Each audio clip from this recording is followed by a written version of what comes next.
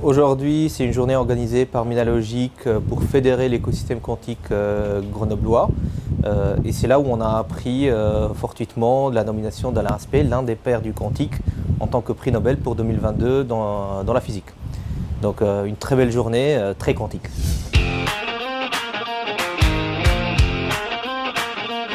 Moi, je participe à cette journée principalement pour présenter où on est le plan quantique français. Donc ça fait 1 an et demi qu'il a été annoncé par le président de la République. Plusieurs choses se sont passées depuis. On a lancé le premier programme et équipement prioritaire de recherche, financé donc, par France 2030 à hauteur de 150 millions.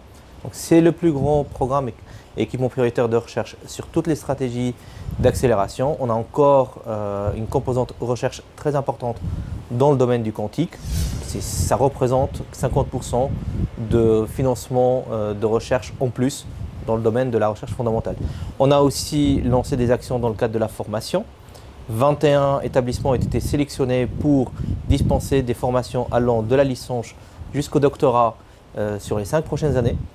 On a mis en place une plateforme nationale de calcul quantique gérée par l'opérateur de l'État GENSI et qui a vocation à donner accès à l'ensemble des chercheurs, qu'ils soient académiques ou industriels, à l'ensemble de l'offre de calcul quantique disponible en Europe.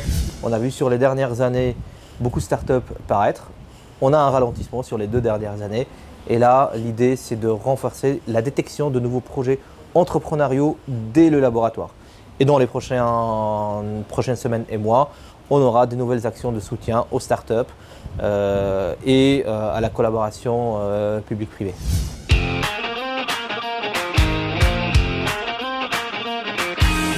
Ce type d'événement est très important pour que les acteurs se connaissent. Les acteurs de l'écosystème quantique se connaissent, là-dessus il n'y a aucun souci. Mais il y a des acteurs périphériques non moins essentiels.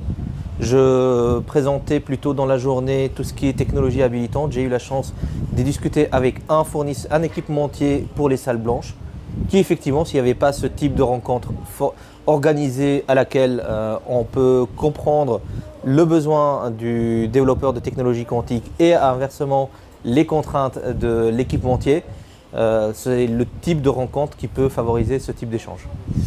On a la chance en France d'avoir les ingrédients qui permettent à l'État français et à l'écosystème français de jouer dans la cour des grands, de compter parmi les acteurs principaux dans le monde. Et la stratégie d'accélération du gouvernement, elle est là pour soutenir ces développements-là. On ne peut pas présager des ruptures que peuvent apporter les technologies quantiques. Tout ce qu'on sait, c'est que si elles sont au rendez-vous, il faut qu'on soit parmi les pays qui maîtrisent ces technologies-là. Très probablement que les premiers qui les maîtriseront ne voudront pas partager ces technologies-là avec leurs compétiteurs.